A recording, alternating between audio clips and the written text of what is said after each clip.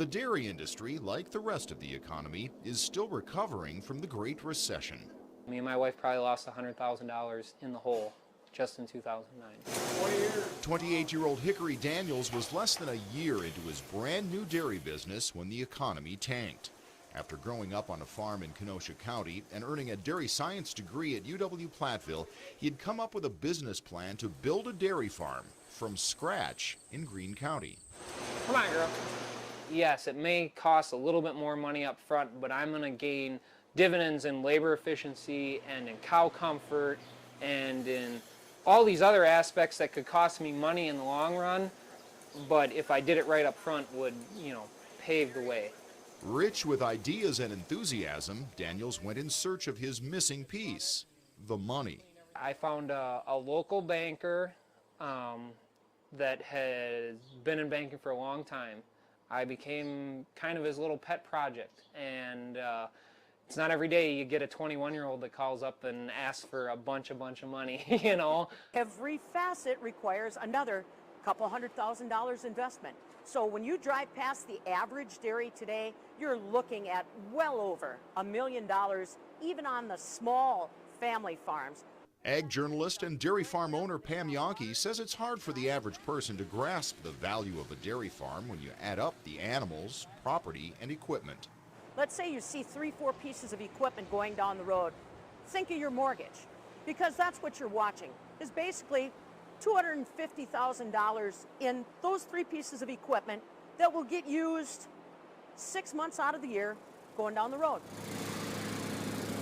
And then there's the cost of feed. Most farmers buy at least some of their feed, hay, corn, and other ingredients. And in bad weather years like we've had recently, they have to buy more at prices that go up with demand. So my biggest cost almost doubled. Right now it's about 65+% of my milk check goes right back into buying feed for the cows, buying feed for the heifers, buying feed for the dry cows. It just goes right back out as feed. And what I'm left with is what I got to pay all the rest of the bills. Farmers are paid for every 100 pounds of milk they produce, price per hundredweight. In 2008, it was $20. When Hickory Daniels and other Wisconsin farmers were hit the next year, the price dropped to $15 and lower. $17 or more per hundredweight is considered a farmer's current break-even price. Because their product lasts such a short time, farmers can't wait to negotiate milk prices. So when prices are down, farmers have no choice but to take the money, even though their expenses are usually going up. The government has helped to make up the difference with subsidies in the past, but the current political stalemate over the Farm Bill will probably mean an end to that.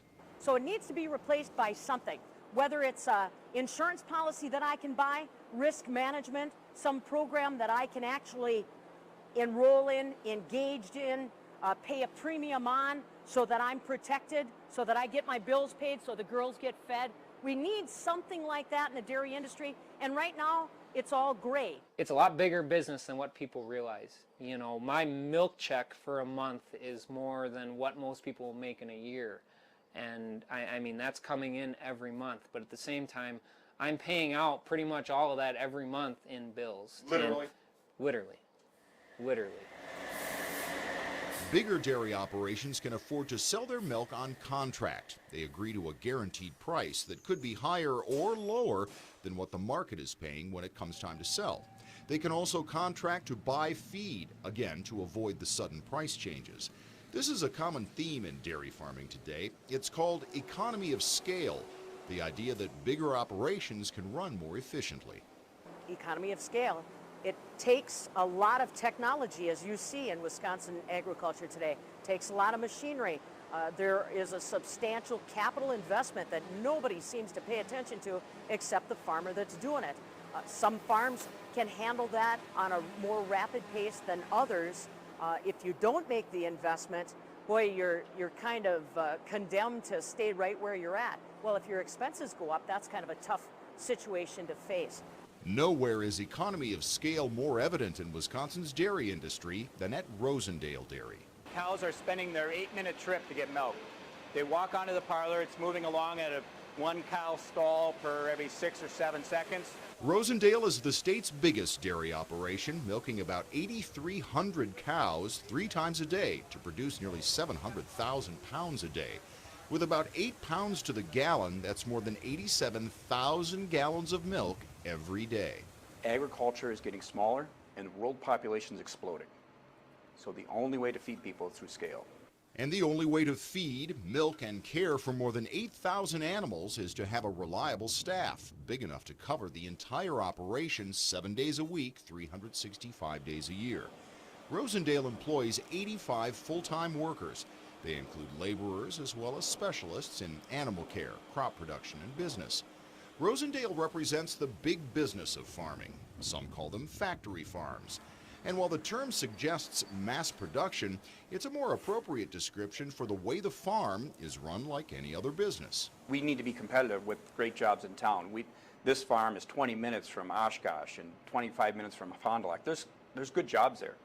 And in order to keep good employees, we have to have a competitive compensation program, and that includes paid vacation and retirement funds and those types of things.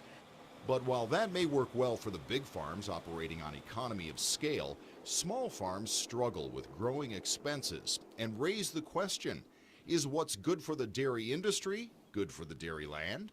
We still are making a lot of milk in the state, so it hasn't impacted production, and the remaining farms have done a good job of producing what we need. But it changes the makeup a little bit of if we're the dairy state. You know, when you drive around, you see less cattle out there today than, say, you would have if you drove down the highway 20 or 30 years ago. But it's not always about getting bigger either. Well, as long as we can cash flow and stay profitable, I'd just soon stay at this size. Because, you know, the bigger you get, then you got to have more land and more help, and it's more headaches. Besides the weather and milk prices, another challenge common to dairy farmers is waste management. The bigger the farm, the bigger the investment. Whether it's a 55-cow operation that uses the gutter and barn cleaner system, to parlor barns where manure is cleaned out into holding ponds, to the latest technology that includes machines that separate the waste from the sand so it can be used again, and digesters that turn methane from the manure into electricity. Whatever their method, dairy farms have to meet both state and federal environmental standards for storing and spreading all that waste.